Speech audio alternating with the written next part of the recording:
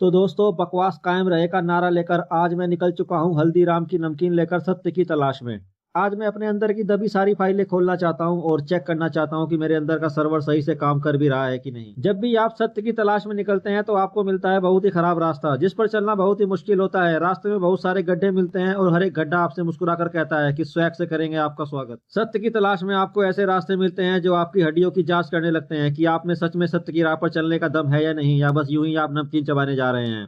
हर एक गड्ढा आने पर गाड़ी में बजता हुआ गाना अपने आप चेंज हो जाता है और हमेशा बार बार पीने पिलाने शराब शराब वाला गाना ही बजता है। मगर आज मैंने अपना पूरा मन बना लिया था कि आज मैं अपने भीतर के सत्य को खोज कर ही रहूंगा। अगर मुझे सत्य नहीं भी मिला तो कम से कम इतना तो रहेगा कि मैंने अपने अंदर झांक कर देखा तो सही कि मेरे अंदर क्या क्या मटर गश्ती चल रही है। मुझे तो हमेशा तलाश रहती है उन लोगों की जो लोग अपने अंदर के छुपे सत्य का पासवर्ड भूल गए हैं। सत्य की राह पर चलने पर शुरू में आपको खराब रास्ते मिलेंगे, पर उन खराब रास्तों को पार करने के बाद आपको मिलेगा एक आलीशान रास्ता जो आपको मार्गदर्शन करने के लिए काम आएगा। फिर आपको खुद भगवान के भेजे फरिश्ते मिलेंगे जो आपको सिखाएंगे सही सत्य के मायने। जैसे कि यह सामने से आया गायों का झुंड। यह गाय हमसे ज्यादा सत्य को जानती और समझती है। मैं हॉर्न बजाए जा रहा था, पर इस गाय को हिला पाना मेरे बाबूजी के बस से भी बाहर था। ऐसा लग रहा था जैसे यह गाय मुझे कुछ सिखा रही हो कि आपके पीछे कितना भी प्रेशर हो, कितना भी वर्कलोड हो या कितना बड़ा भी टारगेट हो, आपको घबराना तो बिल्कुल भी नहीं है। आपके पीछे शोर मचाने वाले और हल्ला करने वाले को तो आपको बिल्कुल भी भाव नहीं देना है।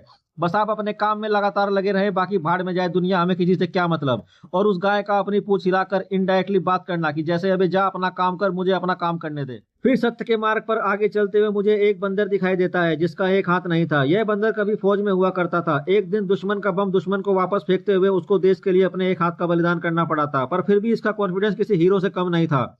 उस बंदर ने एक हाथ से ऐसे साउथ की फिल्मों की तरह केला छीना और छिलके को ऐसे स्टाइल से उतारा जैसे कोई 5 स्टार होटल का मास्टर शेफ हो। और उसके घुंघरू तो उसकी सुंदरता में 4 चांद लगा ही रहे थे।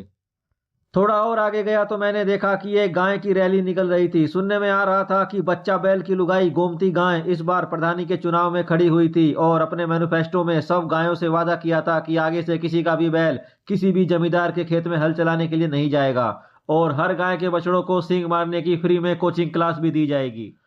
बिना किसी भेदभाव, जात पात और तनाव के कैसे इलेक्शन करवाया जाता है, यह सब हमें इन जानवरों से सीखना चाहिए। सभी पार्टी कार्यकर्ता बिना किसी जोर जबरदस्ती और ना ही किसी लड़ाई झगड़े के अपना अपना काम कर रहे थे और अपने अपने प्रत्याशी का पर्चा बांट रहे थे। तभी एक मतदान अधिकारी सामने से स्कूटर पर आता दिखाई दिया। फिर थोड़ा आगे जाने पर हमको एक टोल नाका भी मिला, जहां पर उस टोल नाके का कर्मचारी हमसे अपनी गुंडागर्दी दिखाकर टोल वसूलने लगा। पर मैंने मौका देखकर गाड़ी भगाने की सोची तो उसने गुस्से में सबको कॉल करके अपने सारे कर्मचारी और शहर के नामचीन गुंडे बुला लिए। मंगेश अली नाम का मैनेजर तुरंत भागता हुआ मेरे पास आया और मेरे टोल ना भरने को लेकर मुझे कुछ अपशब्दों से संबोधित करने लगा। तब मुझे समझ में आया कि किसी का हक मारकर भागना अच्छी बात नहीं होती, इसलिए मुझे मजबूरन वहां पर सबको 6 किले टैक्स के रूप में देने पड़े। मुझे नहीं मालूम था कि एक टोल टैक्स न देने के लिए इतने सारे गुंडे मवाली मेरी कार को घेर लेंगे और मेरा गुड़गांव सुझाने की प्लानिंग कर लेंगे। फिर जैसे तैसे उन लोगों से सॉरी बोलकर मैं वहां से बच निकला। कुछ बंदर आपस में बात भी कर रहे थे कि अगली बार ये दिखाई दिया तो साले को पहले कूटेंगे फिर बाद में टोल टैक्स मांगेंगे। आगे जाने पर डोगेश भाई अपने गैंग के साथ अपना खुद का टोल नाका खोलने की तैयारी कर रहे थे, जैसे बिल्लू बंदर के गैंग ने किया था। पर मैं गुंडागर्दी अपने शहर में नहीं देखना चाहता था, इसलिए मैं पुलिस स्टेशन चला गया, जहां पर मैंने देखा 2 बछड़े कैदी बने हुए थे, क्योंकि डोगेश भाई के गैंग ने पुलिस के साथ मिलकर फर्जी केस में बेचारे बछड़ों को सलाखों के पीछे पहुंचा दिया था। इसलिए मैंने पुलिस पर भरोसा करना सही नहीं समझा और वहां से 9-2-12 हो गया। फिर मैं अपने लक्ष्य की ओर बढ़ते हुए सत्य की राह पर वापस आ गया और तमाम कठिनाइयों को पार करते हुए सत्य की राह पर आगे बढ़ने लगा। सत्य की राह पर मुझे कठिनाइयों का सामना तो करना पड़ रहा था, पर मैंने भी आज अपना पूरा मन बना लिया था कि आज सत्य को ढूंढ कर ही रहूंगा। सत्य हमेशा से ही सबके साथ छुपन छुपाई का खेल खेलता आया है, क्योंकि उसको ढूंढ पाना हर किसी के बस की बात नहीं होती। लेकिन आज मैं सत्य को ढूंढकर उसको धप्पा जरूर बोलना चाहता हूं। सत्य की राह पर चलते हुए मैंने देखा कि वहां किसी भी जानवर की मेहरारू तड़पाओगे तड़पालो वाली रील नहीं बना रही थी, बस कर रही थी एक साथ मर मिट जाने वाला सच्चा प्रेम। मुझे एक बार श्यामलाल सियार ने भी समझाया था कि बाबू तुम नाली में गिर जाना चलेगा, पर प्यार में कभी मत गिरना, क्योंकि आजकल की मेहरारू का एक ही नारा है कि मेरे लग रही आग करेजा में बैठूंगी पिया बरीजा में, और इन सभी बातों को समझना ही सत्य की प्राप्ति है। आजकल बहुत सारे ज्ञानची लोग भी हर 2 गली छोड़कर बैठे हैं, जो हर कोई अपना अपना सत्य का चूरण बेच रहा है, जैसे एक के साथ 5 फ्री हो।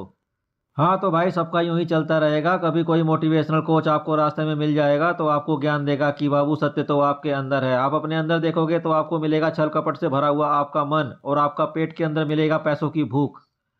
खैर अभी तो शाम के 4 बजे हैं। अगर आपको सच में सत्य के बारे में जानना और समझना है तो आप लोग कभी भी नमकीन लेकर शाम को 5 बजे के बाद मुझसे मिल सकते हैं, क्योंकि 5 बजे के बाद देवा की अदालत शुरू होती है। चाहे तो गूगल कर लेना।